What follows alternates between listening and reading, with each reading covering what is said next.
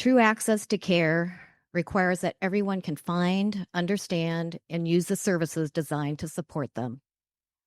That's why King County's next legislative priority to support people with intellectual and developmental disabilities is to invest in culturally rooted and linguistically responsive services. So supporting all people, no matter what language they speak or where they come from, to access the services they need. In King County, over a quarter of residents speak a language other than English at home. For families navigating disability systems, this can create barriers that no one should have to face alone. King County is asking the legislature to maintain and strengthen interpretation, translation, and cultural navigation services, and to protect the rights of immigrant and refugee communities to access them. When we make our systems more inclusive for multilingual and multicultural families, we make them stronger for everyone. Our next story from Saba Elmi brings this to life. magacaygu waa Sabaax Cilmi. Waan salaamayaa qof kasta halkan jooga. Aad baan ugu mahadcelinayaa in la dhageystaan caawa halkan imi. Storygaygana waxay akhri doonaa turjubaanka garabkayga fadhiya. Aad baan ugu faraxsanahay halkan imaado. My name is Sabah Elmi. I greet everyone here tonight, and I thank you for listening to my story. The interpreter next to me will read my story for you. Sabah Elmi. Language Access Services. Good evening, legislators, honored guests, and community members. My name is Sabah Elmi. I live in District 11.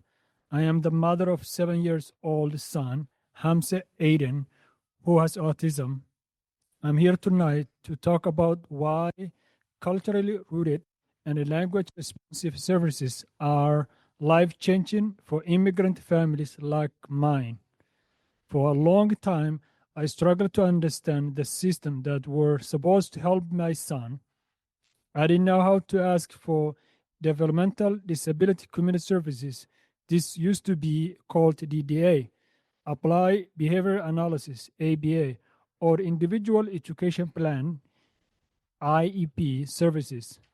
I didn't always understand what the professionals were telling me. English is not my first language. The paperwork, the meetings felt overwhelming. Another parent referred me to an organization that helped me, and that's when things finally changed. For the first time, I had support from someone who understood my culture and my language. My cultural broker helped me understand my son's services, taught me how to schedule and request an interpreter, and helped me learn how to speak up in meetings. They bridged the gap between me and the professionals and helped me understand my son's needs so he could get the support he deserves. Families like mine want to advocate for our children, but without interpretation, translation, and cultural navigation, we are left behind. Our children need service because we don't care, but because the systems are not accessible. Service providers cannot do this alone.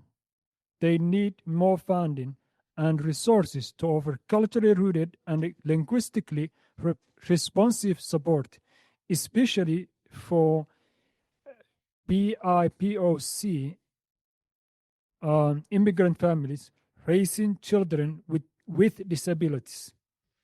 When you make decisions, please remember my story and remember that language access is equal access for our children.